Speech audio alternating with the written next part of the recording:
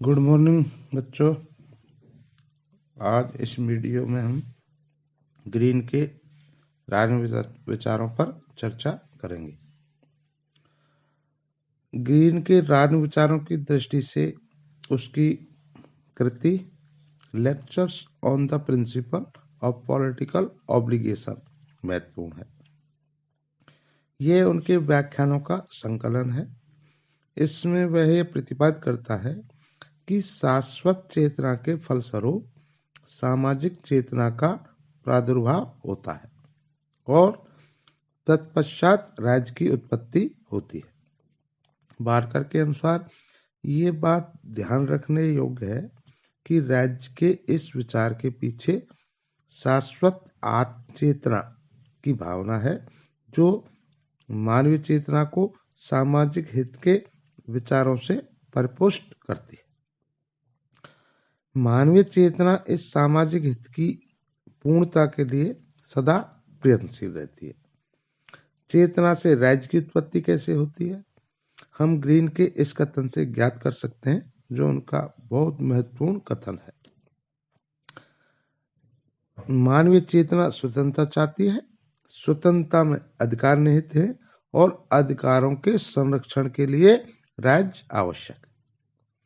Green के राजनीतिक विचारों को समझने के लिए उनके स्वतंत्रता, अधिकार और राज्य संबंधी विचारों को भलीभांति समझा जाना चाहिए।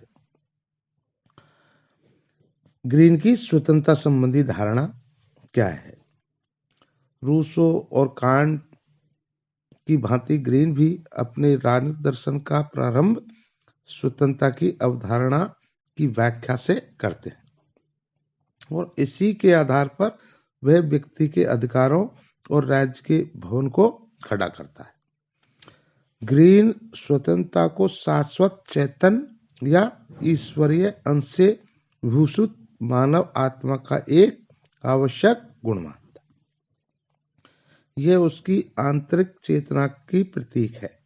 अतः स्वतंत्रता मनुष्य की मनुष्यता का आवश्यक तत्व और प्राण है।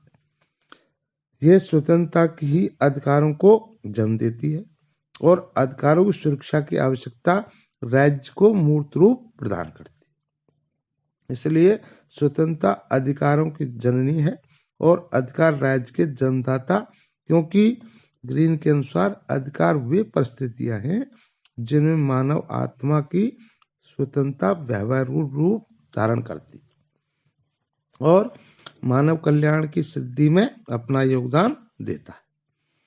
ये परिस्थितियां अर्थात अधिकार राज्य से ही प्राप्त होते हैं, जिसमें सभी व्यक्ति अपना पूर्ण नैतिक विकास कर सके। इन परिस्थितियों का उपयोग करके ही मानव आत्मा पूर्णता को प्राप्त करके शाश्वत चेतन या ईश्वर के साथ एकाकार हो सकता है। स्वतंत्रता के प्रकार ग्रीन के अनुसार स्वतंत्रता दो प्रकार की होती है, एक आंतरिक और दूसरी बाह्य स्वतंत्रता। आंतरिक स्वतंत्रता का प्रयोग करके मनुष्य विषय वासनाओं और बुरी मनोवृत्तियों को अपने वश में करके अपने आप को स्वतंत्र बनाता है। अर्थात आंतरिक स्वतंत्रता का अर्थ है अपनी मनोवृत्तियों और वासनाओं को वश में रखना। यह स्वतंत्रता आचार शास्त्र या नीति शास्त्र से संबंधित है।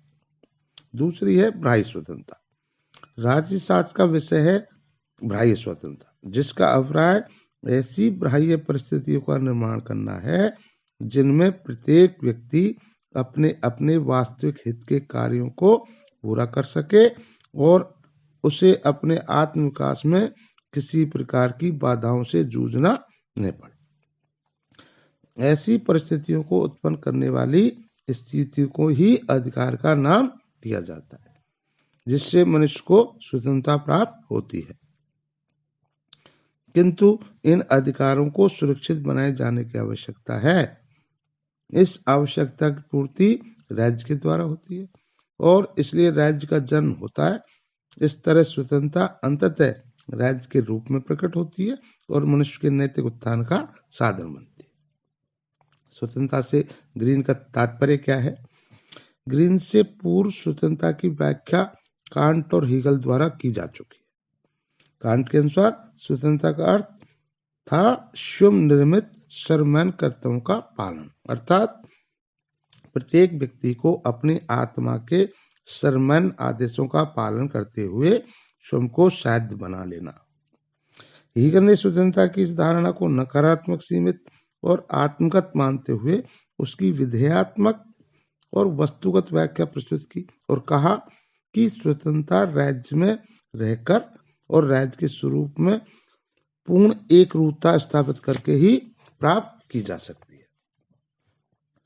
लेकिन ग्रीन के अनुसार न तो स्वतंत्रता का अर्थ अपनी इच्छा अनुसार मनमाना कार्य करने से है और न वह नकारात्मक चरित्र वाली है। इसके विपरीत वह स्वतंत्रता की व्याख्या करते हुए कहता है कि स्वतंत्रता एक सकारात्मक वस्तु है। इसका अर्थ ऐसा कार्य करने की या ऐसी सुविधाओं के उपयोग करने की स्वतंत्रता होती है जो करने या उपभोग करने योग्य। ग्रीन ने स्पष्ट बताया कि मनुष्य के नैतिक जीवन का लक्ष्य नीतिपूर्ण कार्यों को संपन्न करना है, अतः राज्य को ऐसा कार्य नहीं करना चाहिए जिससे व्यक्ति के नैतिक विकास की स्वतंत्रता में बाधा पड़ती हो। राज्य का कर्तव्य तो व्यक्ति के व्यक्तित्व के विकास के मार्ग में आने वाली बाधाओं को दूर करना है। राज्य के लिए शर्त अवांछित है कि वे अपने बाध्यकारी हस्तक्षेप से व्यक्ति की आत्मनिर्णय की स्वतंत्रता में बाधा डाले। ग्रीन के शब्दों में स्वतंत्रता से हमारा आशय केवल प्रतिरोध या अनिवार्यता से छुटकारा नहीं होता। हमारा तात्पर्य यह भी नहीं होता कि हमें अपनी मनमानी करने की छूट हो। हमारा आशय ऐसी स्वतंत्रता से भी नहीं होता जिसका उपयोग किसी एक व्यक्ति अथवा किसी वर्ग विशेष द्वारा दूसरों की स्वतंत्रता का दमन करके किया जाए। जब हम स्वतंत्रता की चर्चा किसी अमूल्य वस्तु के समान करते हैं तो हमारा आशय किसी महत्वपूर्ण कार्य करने की शक्ति अथवा उपभोग करने की उस वास्तविक शक्ति एवं उपभोग करने की योग्यता से है, और वे वास्तविक कार्य होते हैं जिन्हें हम अपने साथियों के साथ करते हैं या उपभोग करते हैं। इससे हमारा अभिप्राय एक ऐसे अधिकार से होता है जिसका उपभोग प्रत्येक व्यक्ति अपने साथियों के सहयोग के द्वारा प्रदत्त सहायता व सुरक्षा के कारण कर पाता है।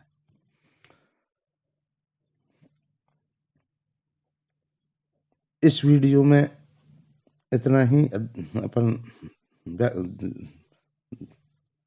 पढ़ेंगे। ग्रीन के स्वतंत्र संबंधी आगे के विचारों को हम अगले वीडियो में अध्ययन करेंगे। Okay, thank you.